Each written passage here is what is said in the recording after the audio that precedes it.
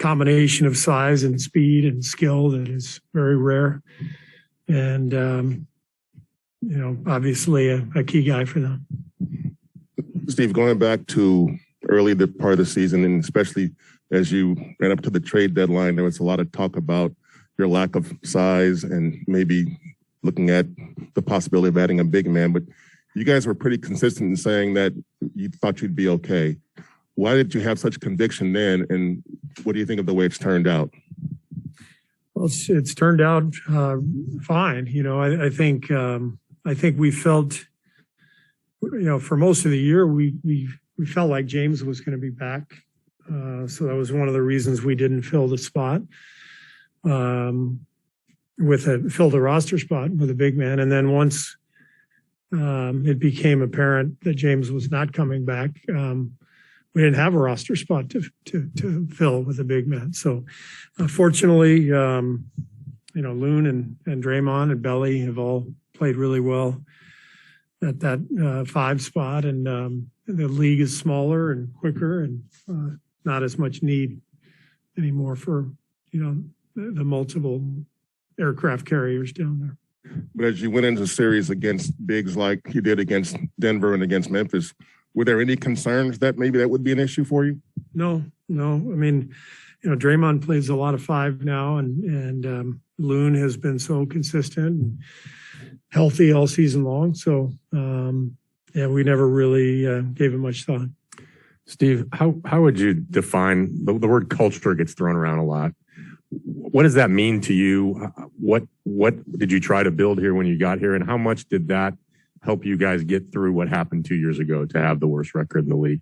I think what culture means to me is what the players feel when they enter the building every day. What do they experience? What's the vibe in the building? And whatever that is, that's the culture. So, I think we were able to sustain that culture through that season 2 years ago when we had the worst record in the league by just staying true to our process. And, we want our players to come in and put in the work and enjoy themselves and understand that this is a place, this is their opportunity to get better and make the most of their talent, and that they're going to have all the resources here that will provide that, and that they will enjoy the process too. So that's kind of our culture, and I think Steph embodies everything that we believe in, all the values that we believe in, and so Steph's presence from the very beginning allowed that culture to blossom. What were Gary, Andre, and Otto able to do today? None of them scrimmaged, but they all took part in practice. So they're all progressing and doing pretty well. And we'll have an update again tomorrow and the next day, and we'll just see where it all goes. Do you have a better feel on any of their statuses after one day of practice? No, because none of them scrimmaged yet. Derek White was kind of one of the most underrated moves at the deadline, I'd say. And, obviously you saw a lot of him in San Antonio. What have you thought about what he's brought to Boston, especially with their defense? Yeah, I coached Derek in the World Cup a couple of summers ago, so I know him pretty well. And really, really good two-way player, combo guard. I think he added a lot to their team when he was traded there. It was a really good pickup for them. Another ball handler, another passer, another guy to help them get organized. And he's obviously played a key role in the playoffs. He's had some really big games for them. Steve, as a historian of the league, does the name the Boston Celtics mean something more? I mean, did seeing that as an opponent in the finals, is it give it a certain kind of aura that, I'm not to denigrate any other opponent, potential opponent, but that, that it just, they still kind of carry that aura? For sure. I mean, I think anybody with a subjective point of view would tell you that the Celtics and the Lakers are the two biggest brands in the game, and they each have the most history to their franchises. There's just something about playing in Boston that feels special. Every year we only play there once a year in the regular season, but it always feels like a special game. Their fans love the game. There's a great energy in there. The green and white jerseys, it's classic NBA stuff. So it's exciting to be playing them.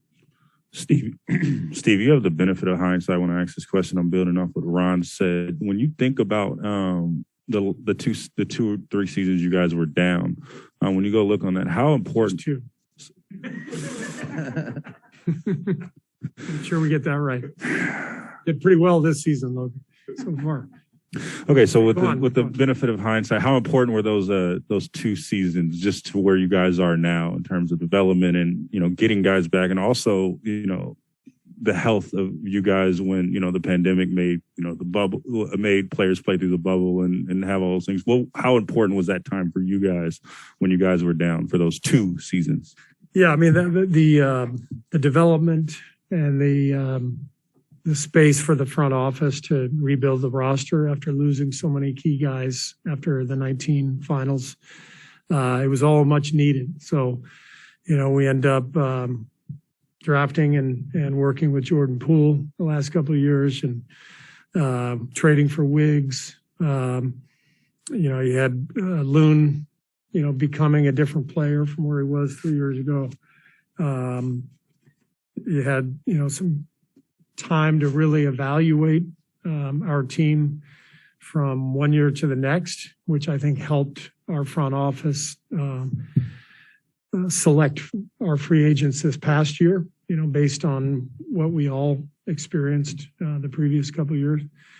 And then I think the pandemic year when we had the worst record in the league, I think it was actually very helpful not to go to the bubble.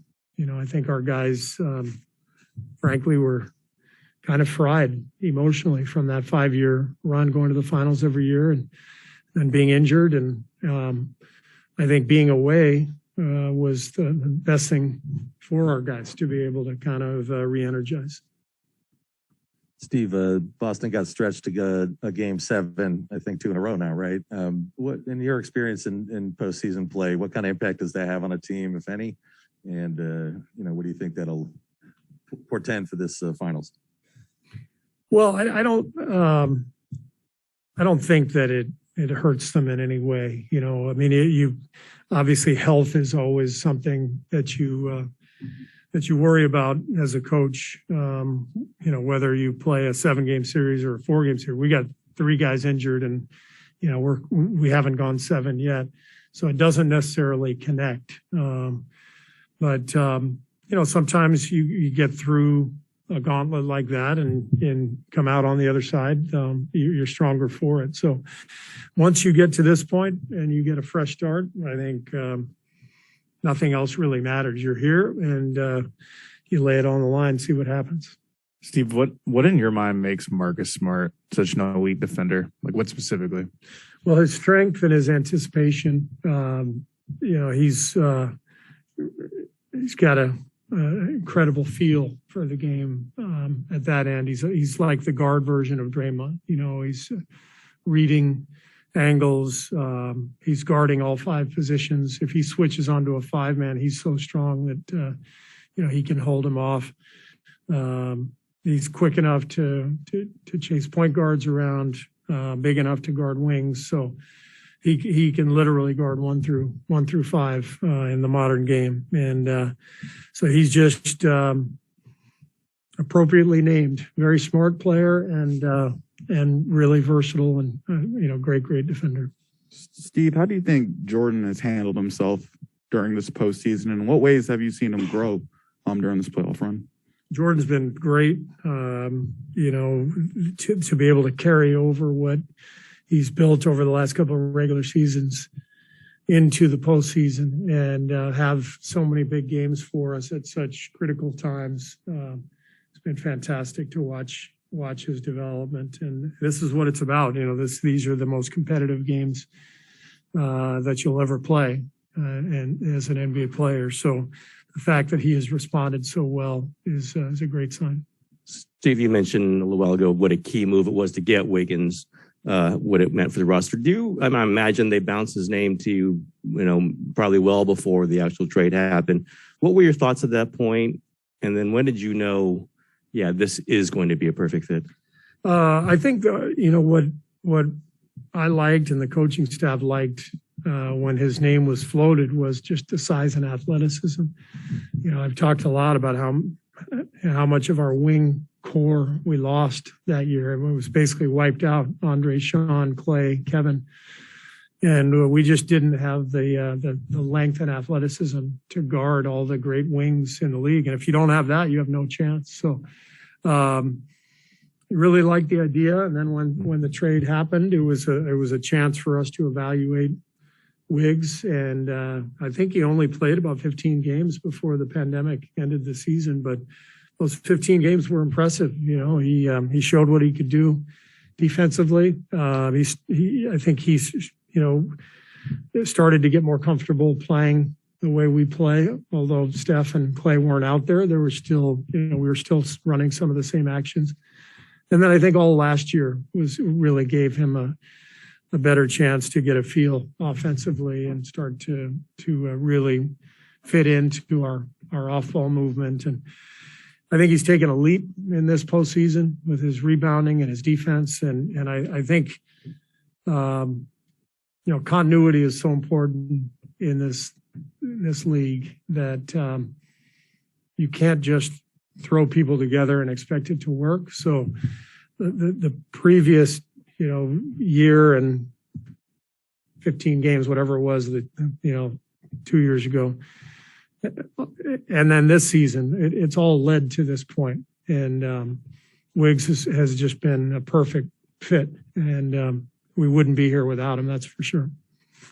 Steve, there's some pictures going around of the team on its first championship run, and just are struck by how young they all look. Now they're grown men with, you see a bunch of little kids running around, not just Riley.